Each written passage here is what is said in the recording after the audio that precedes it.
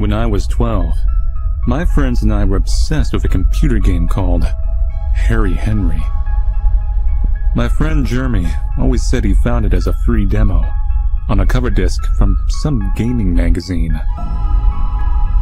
The player assumed the role of a hairdresser and had to cut the hair of a floating torso named Henry.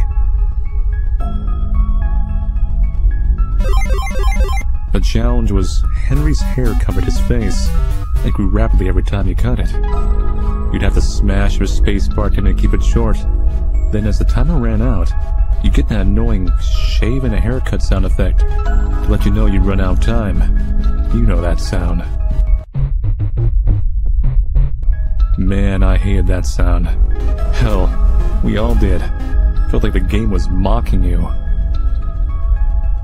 But still, we all loved challenging each other with that game. Even more so for Jeremy.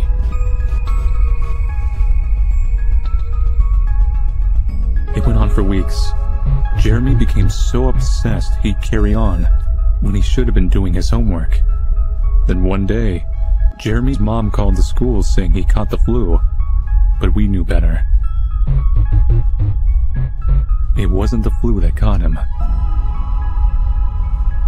Meanwhile, schoolwork just went on for us.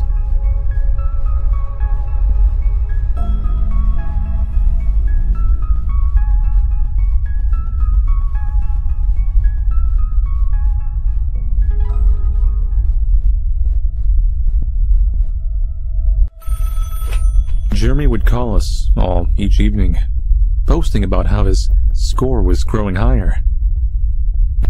Each time, Jeremy would see even more of Henry's face.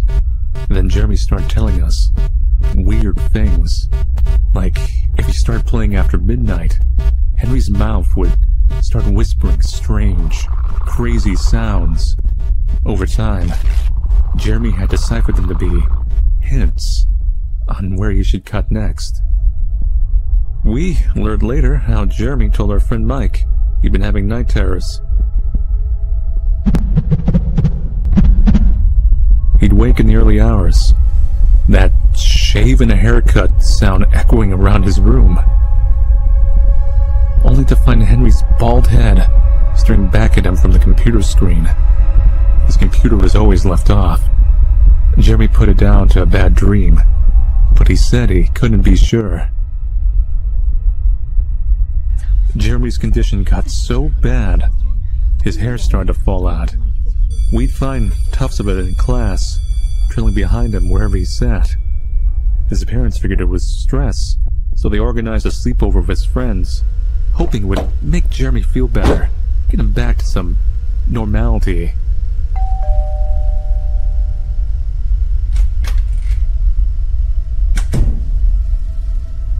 Jeremy didn't want to play Harry Henry at the sleepover. Eventually he ended up watching action films in his other room. We decided if he wasn't going to play it, we would. But for some reason, the game kept glitching. In the end, we got bored, gave up, and eventually hit the sack.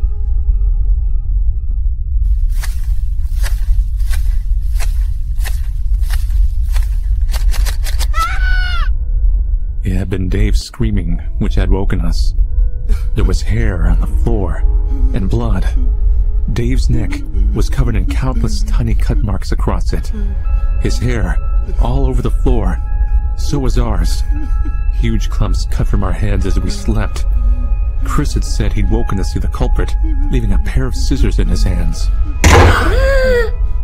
Jeremy insisted he spent the entirety of the night in the other room, watching action films. None of us believed him. Soon after, Jeremy was taken out of school, and his parents moved. We later heard he'd been sectioned to a mental health facility. We never saw Jeremy again.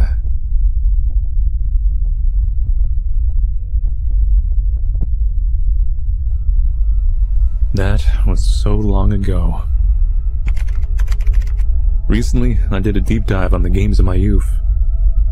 In this sim, I came across an article about Harry Henry. I was interested to hear the publisher pulled the full game's release after the demo. The developer, James Tonsis, used speech recordings from a seance in which he'd attempted to summon his great-grandfather. There must have been some moral panic when parents found out. Sign of the times. That name stuck with me. Tonsis. Rung a bell.